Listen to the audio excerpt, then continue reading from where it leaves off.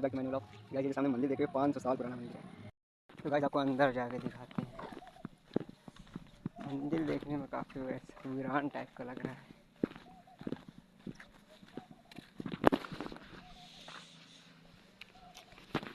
ओहो अपने भोले बाबा।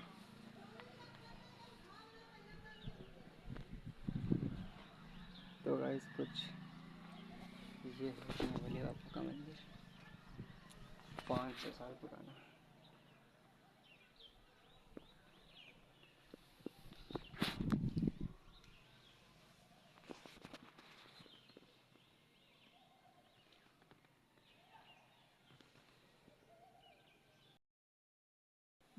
चिल्लाते हैं।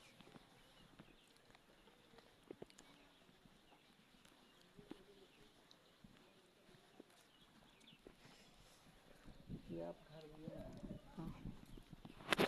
और गाइस यहाँ पे ऐसा सुनने में आता है कि जिसने भी ये मंदिर बनाया उसके हाथ काट दिए गए हैं ताकि ऐसा मंदिर वो दूसरा ना बना सके।